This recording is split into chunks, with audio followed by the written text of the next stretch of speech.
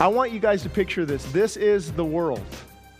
This is all the junk, all the distractions, all the addictions, all the fear, the anxiety.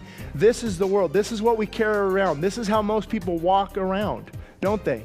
Just full of the world, full of the junk, full of all this. And I'm talking about worship. They don't want to hear worship. They're full of they don't love this, but they're full of this.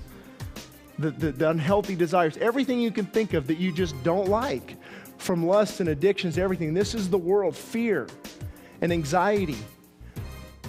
So this is the world, this is worship, right?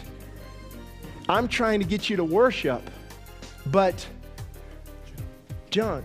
So what happens when, okay, let's hope this works.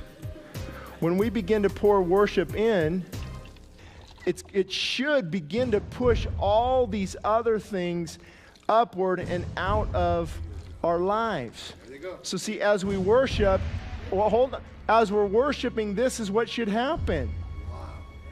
All the junk, all that just comes out, you're worshiping, you're worshiping, you're worshiping, you're worshiping, you're worshiping, you're worshiping. Oh, there it goes. That's what happens. You just keep worshiping and worshiping God. All the junk has to fall out. And it cannot dwell in the same place as worship. It can't. Sure, there's a little junk in the trunk. There's a little leftover. That's our sinful nature. It's not all going. It's not all leaving on this side of heaven. It can't. There's a little bit of stuff in there.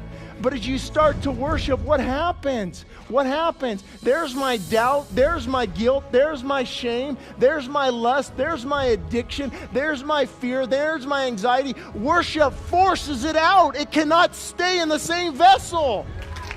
That's the same with us. Worship cannot stay in the same vessel. When you worship, all these things have to come out. They can't stay there. So I told my wife, I hope I preached just as good tonight as I did this morning in the garage when God was breaking me and getting all this junk out of my life. Let the bitterness go. Let the gossip. Let the slander. Let the addiction. Everything must go. You cannot worship God and hold on to addictions at the same time. It's not possible. You're either loving one or the other. People would have problems with addictions. I always say, get into worship like you never have before. You cannot sing "Worthy is the Lamb" and down a 40. It's not possible. You can't. You can't toke it up and put on "Worthy is the Lamb." It's not possible. You can't sit there and click on porn and have Hillsong on the other side. You can't. Worship overcrowds all of that and pushes it out. That's why I'm so passionate about this, because that's what it does to the mess in your life. It takes it out. It gets rid of it. That's worship. That's why we need a call to worship. That's why I want to worship. That's why I have to worship. Ask my wife, my whole day is centered around, guess what? My kids, my family, my job. Nope. Worship. Worship in the morning.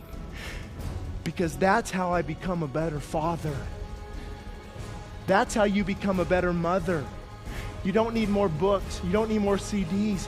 You need to worship. Get on your hands and face and break before Almighty God.